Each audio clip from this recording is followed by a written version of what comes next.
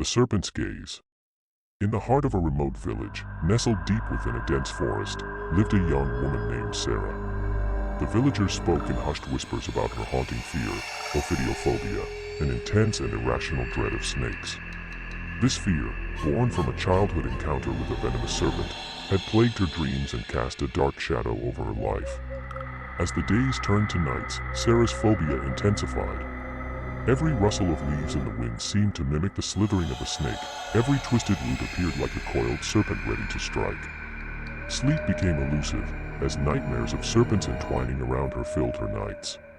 One fateful evening, as the moon hung low in the sky, the village was shrouded in an eerie silence. Sarah ventured into the forest, unaware that a sinister force lurked within the shadows. The villagers warned her to avoid the forest at night, but her desperation to conquer her fear had consumed her reason. Lost in the depths of the forest, Sarah's heart pounded like the drums of doom. She tried to retrace her steps, but the trees seemed to shift and rearrange themselves, leading her further into the heart of darkness. Suddenly, a cold breeze caressed her skin, sending a shiver down her spine. The sound of hissing filled the air, and Sarah's worst nightmares materialized before her. A circle of sinister-looking snakes encircled her, their eyes gleaming with malevolence. Paralyzed by fear, Sarah's mind became a battlefield of terror and despair. She tried to escape, but her legs felt like lead, rooted to the ground. The snakes slithered closer, their forked tongues flickering with wicked intent.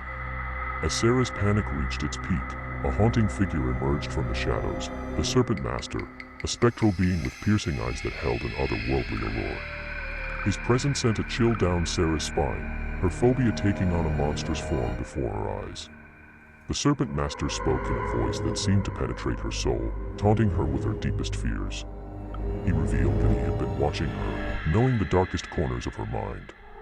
Sarah's ophidiophobia was not merely a fear, it was an invitation for him to torment her. Each snake, in eerie unison, moved closer, their sinister dance entrancing Sarah. The Serpent Master spoke of a choice, to succumb to her fear and be trapped in a never-ending nightmare, or to face her terror head-on and be freed from its grip forever. Summoning every ounce of courage she could muster, Sarah closed her eyes, whispering a mantra to ward off her fear. Slowly, she opened her eyes again, locking her gaze with the Serpent Master. The snakes recoiled, and their eyes seemed to dull.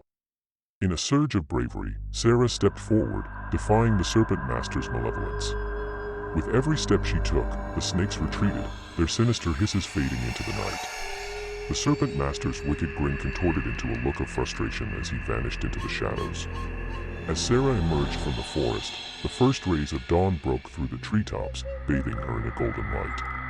The forest that had once been her tormentor now felt like a place of newfound strength. The villagers, astonished by her return, witnessed a transformation in Sarah's eyes. The fear that once held her captive was replaced by a sense of empowerment. Sarah's journey through the forest had become her crucible of courage. Though she still carried her phobia, she no longer let it dictate her life. The night had shown her that confronting her fears was the key to unlocking her true strength. From that night on, Sarah's ophidiophobia no longer held her captive. She walked among the villagers with a newfound grace, knowing that she had faced the Serpent's Gaze and emerged victorious. And whenever darkness threatened to return, she drew strength from the night she conquered her fear, knowing that bravery had the power to shatter the darkest of shadows.